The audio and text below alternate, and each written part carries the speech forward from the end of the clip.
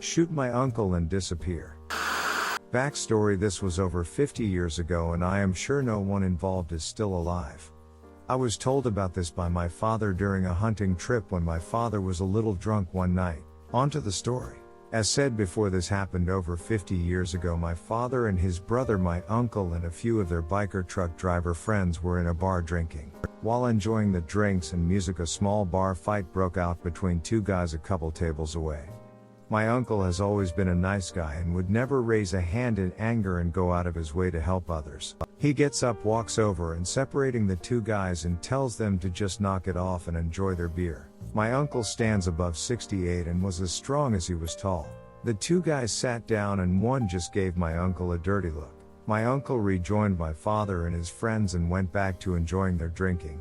The guy with the dirty look got up and left the bar. My uncle was sitting with his back to the door when the guy came back in and walked right behind my uncle. Before anybody could act, pulled a gun and shot my uncle in the back. The guy turned and ran back out of the bar, got into his truck and drove off. One of my father's friends grabbed the other guy and took him outside and got the information about his friend and told him to leave town and never come back if he knew what was good for him. They took my uncle to the hospital as it would be faster than waiting for an ambulance back then.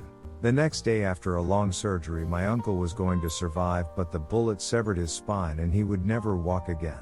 Once they knew he was going to live, my father and about 5 of the friends took the info they got and tracked down the shooter, busted down his door in the middle of the night, took him and his gun someplace my father would not say. At this place far enough away no one would ever hear what was happening.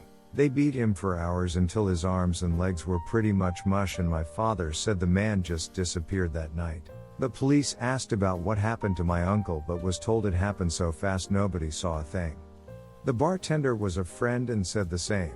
I lost my father over 33 years ago to cancer, and my uncle, well, he lived for a good life until complications to his legs and they had to be removed. He passed on about 20 years ago. I feel safe on writing this as there is no body left alive connected to that night.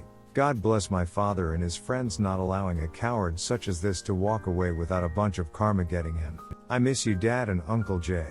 Sorry for it getting long. Was hard to write.